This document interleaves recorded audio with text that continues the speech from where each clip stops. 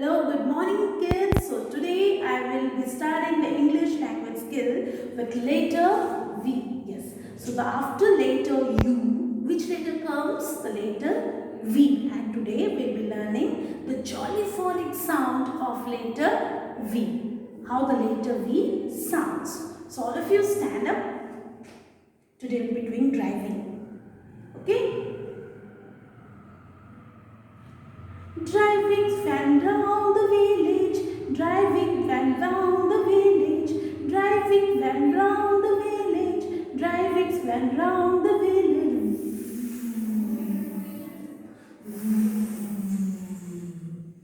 Driving van round the village, driving van round the village, driving van round the village, driving van round the village.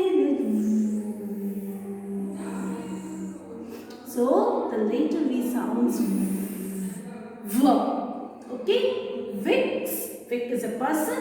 Vix. Van. Van. Vix. Van. So the letter V sounds V. Yes. V. Okay? So now it's your time to practice the letter V. Hope you understood. Next class we will be learning the keywords of the letter V. So, till then, take care. Bye-bye.